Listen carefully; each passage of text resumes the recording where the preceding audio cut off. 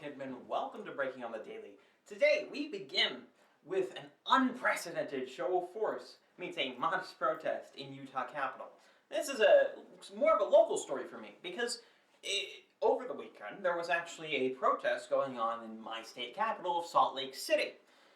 And this is kind of an interesting story because I don't have a clear opinion on any given side, though I do actually have somewhat of a clear opinion on the side of the people who were the state police and the National Guard. Because what's happened here is the National Guard, hundreds of them, hundreds of National Guard, state troopers, and city police all showed up to this, frankly, fairly small protest. And it's quite interesting because nothing really happened, but there was so much going on. And this has been something that's been happening all over the place, all over a bunch of state capitals, where there have been small protests and huge police responses for seemingly no reason. But the thing is, I'm not really on the side of the protesters here. The reason being that there seem to be not a lot of Trump supporters, weirdly enough, in this protest. It seems to be mostly filled out by people we would describe as Boogaloo boys. Now, Boogaloo boys, they're quite an interesting group. Reason being that Boogaloo boys, despite being construed as a right-wing group by all sorts of people like the ADL and whatnot, are not actually right-wing. At least not, they haven't been so far as their protest adherence and protest presence has been. Because here's the thing. We need to run down throughout the whole history of Boogaloo Boys to explain why in our next, in a tangentially related story, we see a self-described Boogaloo Boy standing next to someone with a Black Lives Matter sign, a Black Lives Matter shirt, and having a rainbow flag on his chest. And this all starts with the origination of the Boogaloo Boys thing, or just Boogaloo at the time. Because before all of this was a protest movement in a sense, Boogaloo as an idea was just a meme. It was a meme about a second civil war, something which got some ground, and it was about sort of violations of things like the Second Amendment. Because all of this draws its origin from the gun community. People like Brandon Herrera and the like. People who are not necessarily political, to a certain extent they are, of course, simply because of the nature of what they're involved in with gun politics and the like.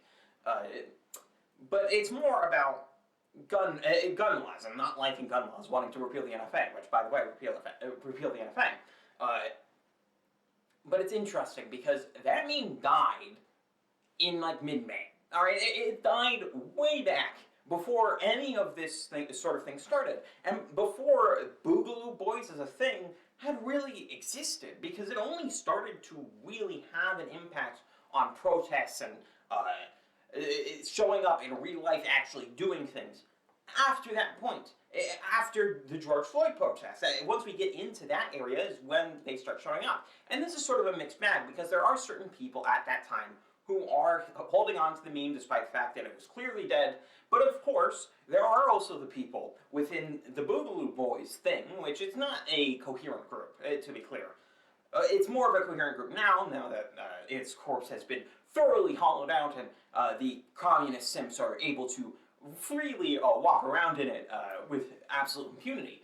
But back then, it still had this sort of Hawaiian shirts, Second Amendment supporters, people who don't want to have businesses burned down. These are sort of the people who were showing up in Hawaiian shirts to these sorts of protests, and were just kind of preventing businesses from being broken into or burned down and the like. You know, you see some of those sorts of areas, but at the same time you see another strain of of people come up, and that is what we could determine as the communist simps. If anyone remembers, it was kind of early in the George Floyd protest. If you remember Garrett Foster, the guy who got killed because he pointed an AK at a guy in a vehicle, and he found out that the other guy also had a firearm, and that was not fun for him. He ended up losing his life. You know, it is how it is. That's how that ended up happening. But the interesting there is, if I remember correctly, Garrett Foster was initially described described himself as sort of a adherent to the Boogaloo meme. And the funny thing is that he had a Black Lives Matter supporting girlfriend, a heavily Black Lives Matter supporting girlfriend. And you could very easily describe this sort of guy as a communist then, because he was very much in support of Black Lives Matter, anti-police in a lot of ways, and that sort of thing. Like, he was anti-police, period. And that's sort of the type of people who still adhere to the sort of Boogaloo thing. I think it's quite strange that we have gotten to this juncture. And this protest, which should supposedly be a Stop the Steal protest, in both of these cases, both in Utah's state capital and in Michigan's, it doesn't seem to be a pro-Trump protest so much as an anti-government protest. And I don't mean anti-government in the sense of we want smaller government, or we're minarchists, or we're, ANCAPs or something like that. I'm talking more about anti-government in more of a socialistic sense. It's quite strange, actually. These people who were showing up to the Utah protests, a number of them were saying, oh no, we don't support Trump. Oh, we're not here for that. Though there were a few Trump supporters there. And I think the same goes for the Michigan protest, because in this case, and in the case with the video, which is the next, which was the second story from Michigan, the supporter seemed vaguely libertarian. I hesitate to call people that, because you never really know whether someone's libertarian until you find out whether they're consistent about it. But, he's saying things that you would maybe see out of a libertarian, most likely an anarchist in a lot of cases. But he's right next to a Black Lives Matter type, literally someone with a Black Lives Matter shirt. And it's funny to see that certain media outlets are coming out with stories where they have the angle off to the side, so you cannot see who the guy is standing next to. It's really funny, because I don't know what's going on with these protests. These protests are super weird. I wouldn't suggest going to them. Reason being is first of all, there's just a level of expectance that there will be an amount of agitators, where even if the Trump supporters who show up aren't doing any a large scale of violence, there's going to be a number of agitators. And these Boogaloo boy types, so supposedly Boogaloo boy types, seem to be a part of that group. It's strange. But what you're seeing as well is that agitation is going to happen. And when it does happen, it's going to be blamed on you. Because even in this case, where it's plainly obvious that this person is not on the right and it's not likelihood on the left, this guy has been portrayed by media as being on the right. It doesn't make sense, though, because simply because he describes himself as a Boogaloo boy.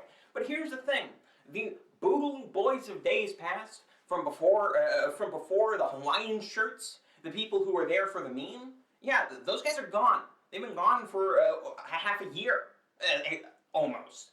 All right, the meme has been dead. The people who are walking around in his hollow-out corpse are the communist simps. I think that should be fairly obvious. But that isn't all, because, man, the precautions taken for Biden's inauguration, mostly digital inauguration that no one's going to show up for, are completely absurd. Because what we have now is there's a bunch of police presence, a bunch of actually military and National Guard presence at the inauguration. But interestingly enough, these people are armed. They have firearms. But they don't have any ammo or magazines. So essentially what they're doing is they're saying, what can we do to pretend that we're actually worried about something without actually being worried about, something happening? Oh, I know, let's have our soldiers walk around with worthless hunks of metal that don't have any, that functionally do not act as firearms, because you don't have any ammo.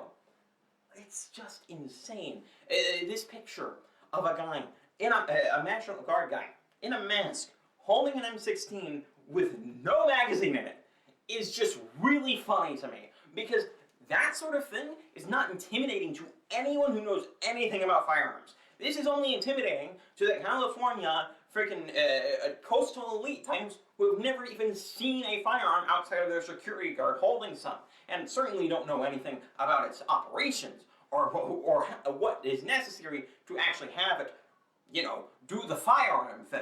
It's such a silly, silly picture, and there's just so much about this that is just utterly ridiculous. Because not on top of not giving the people who are supposedly there to protect from armed insurrection, because that's what they've been trying to pin, first of all, the January 6th trespassings as, and second of all, what potentially might happen on the 20th. Not only are they not doing that because they're not giving their functionally their soldiers, their National Guardsmen are not armed. They're all Biden's transition team has asked if it would be possible to determine which soldiers voted for GOP primaries or who have contributed to GOP candidates, so commanders could station them away from the president-elect. Because essentially what they're going through is they're trying to purge their political opponents. And it's just insane what has been going on with the Democrat response to everything that has happened over the past week and a half or so. Because they have been going gung-ho, absolutely gung-ho. And I said it on Parler at the time, and I'll get to Parler later, but I said it on Parler at the time. Around January, it was, I think, a day after the trespassing happened, that I was incredibly impressed about how the Democrats could turn something which is a PR disaster for Republicans and conservatives into a Reichstag fire in all of a 24-hour period.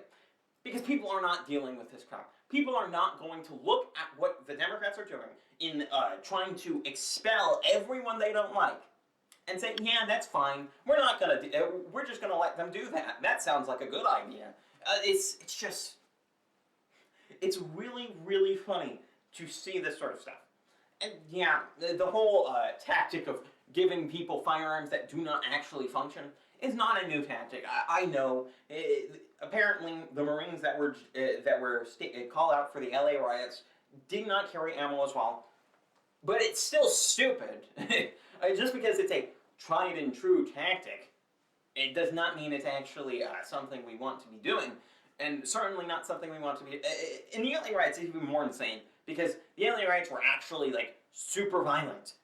Incredibly violent. And it caused a lot of problems. And I think the military response in that case actually did cause a lot of problems of people not being able to get the support they need to prevent their businesses from being burned down in those riots.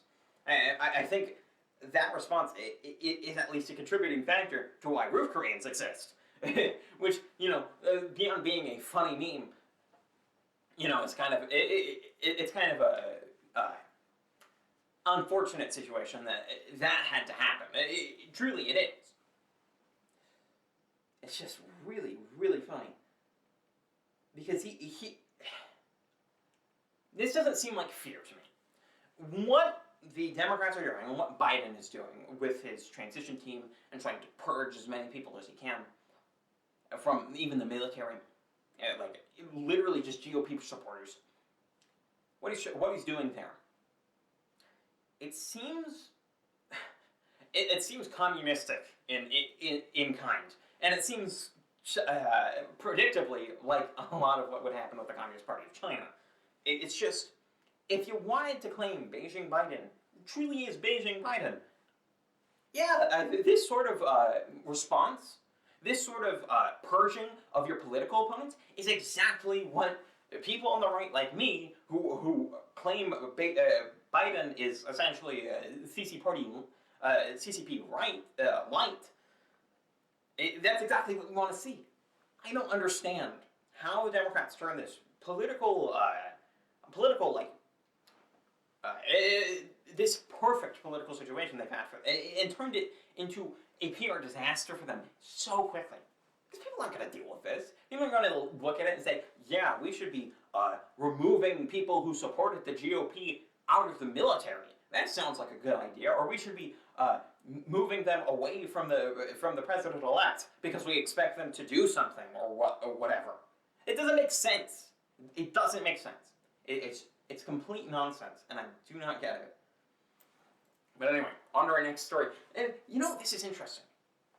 And this is a video that I found incredibly interesting because, oh, this is a video of the Q Shaman coming in to the Senate chambers.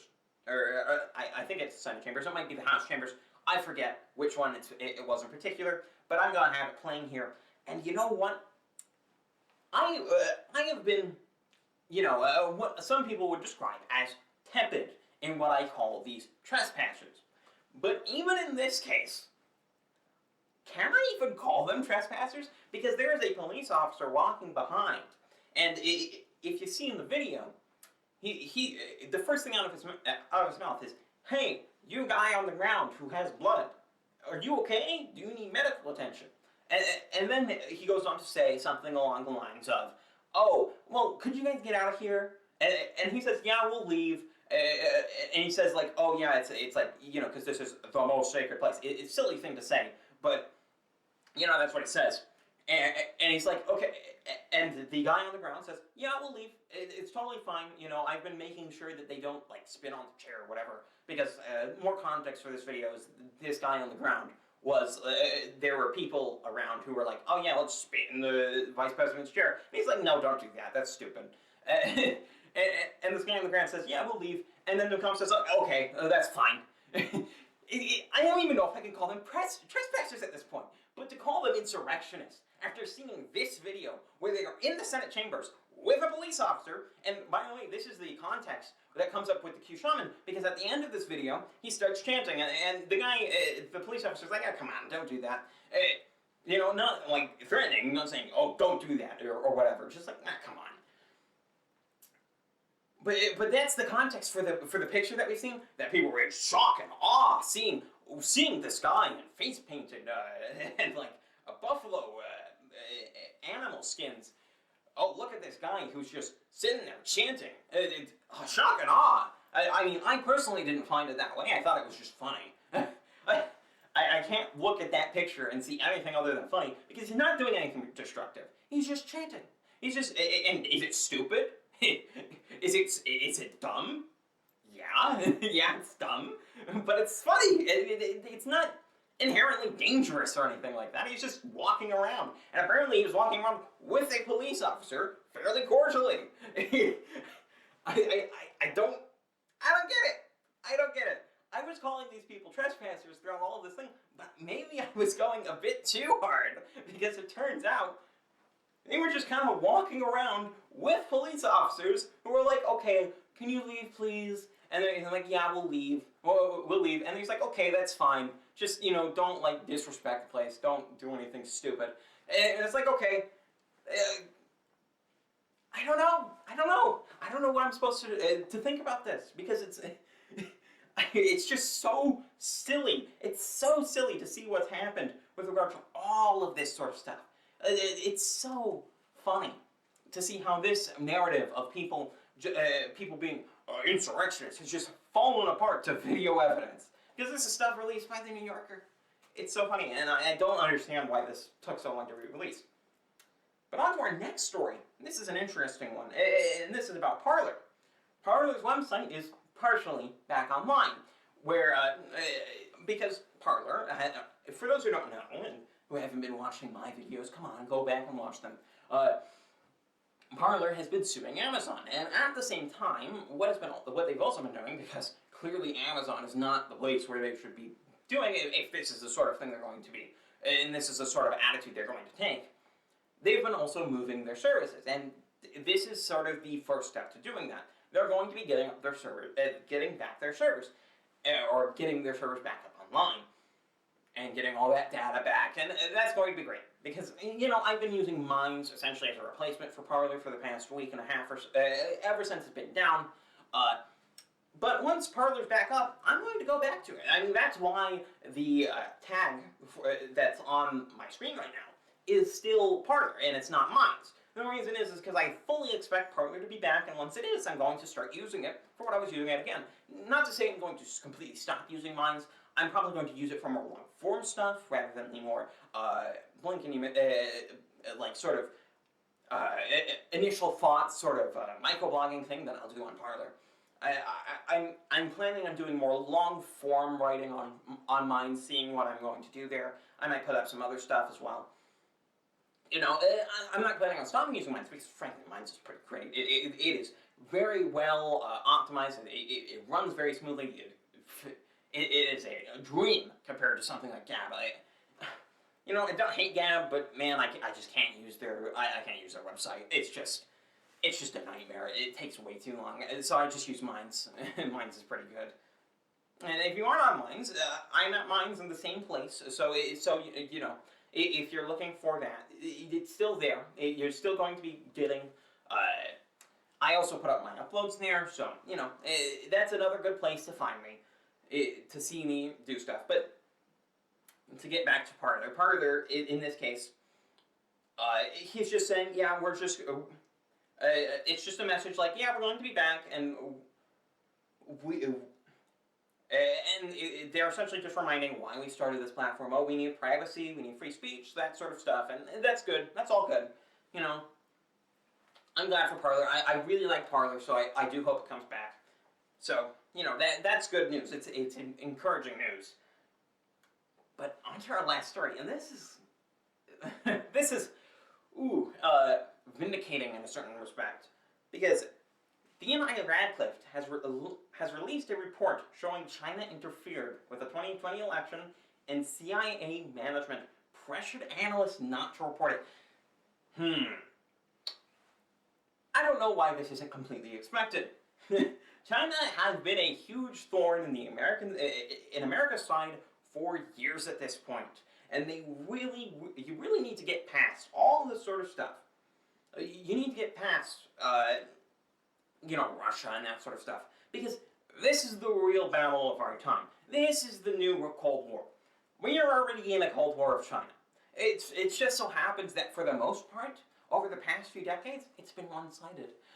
China has been acting against us for just that amount of time. They've been acting exactly like the Russians in the equivalent period of time, that being the 50s and 60s, when we weren't really going up against Russia in a lot of forms. We did have certain ground wars like Korea or Vietnam starting in the 60s, but by and large we didn't have as much domestic direct action against them back then. We weren't really acting against them particularly economically, and they did look like a much bigger threat than they ended up actually being in long term. It is quite interesting to see the similarities in the positions that China and Russia were in. Which is to say, this fight is not lost. It's nowhere near lost. We look at China as our adversary, and we look at what they can do, to the point of managers in the CIA saying things, trying to suppress this information outright. It's just simply, this is a bombshell report, okay? Because remember back to November 3rd, at the night when it looked like Trump had won, or when frankly Trump had won. The yuan dropped. It tanked. It went absolutely to rock bottom, because people knew if Trump got 4 more years, China's not a big deal anymore. In a lot of cases, or at the very least, they'd be greatly damaged. Greatly damaged. And so the yuan tanked on that night, and didn't start receding back until the 4 a.m. drops later on, early in the morning. It's not surprising that China was interfering in the election, and it's certainly not surprising that if it comes out later that they were interfering on behalf of Biden, because Biden is their candidate. We've already seen enough evidence of that. I think it's fairly clear with the Hunter Biden story and all the sort of stuff that was going on. All right, and this is just more confirmation of this. More confirmation. And we're going to have a lot more document drops. I think there's a lot of Russiagate stuff that's going to be released over the next day or two. I forget. And so we're going to be covering that all over the place. I'm going to be covering that pretty much extensively tomorrow. I might do just that tomorrow, depending on how much there is, depending on how much I want to talk about it. We'll see. But that seems to be a very interesting release. So I suggest, no matter where you are, subscribe. And if you're on YouTube, particularly, go down into my description. I have links to a bunch of my other platforms. I have links to my Minds, I have links to my BitChute, I have links to my library, I have links to, I think it's Odyssey now, I have links to my Brighteon, I have links to my Rumble, I have links to all that sort of stuff down in the description. I suggest you go look at them, subscribe for more. This has been Breaking on the Daily. I'm Kel Kidman, and I'm out.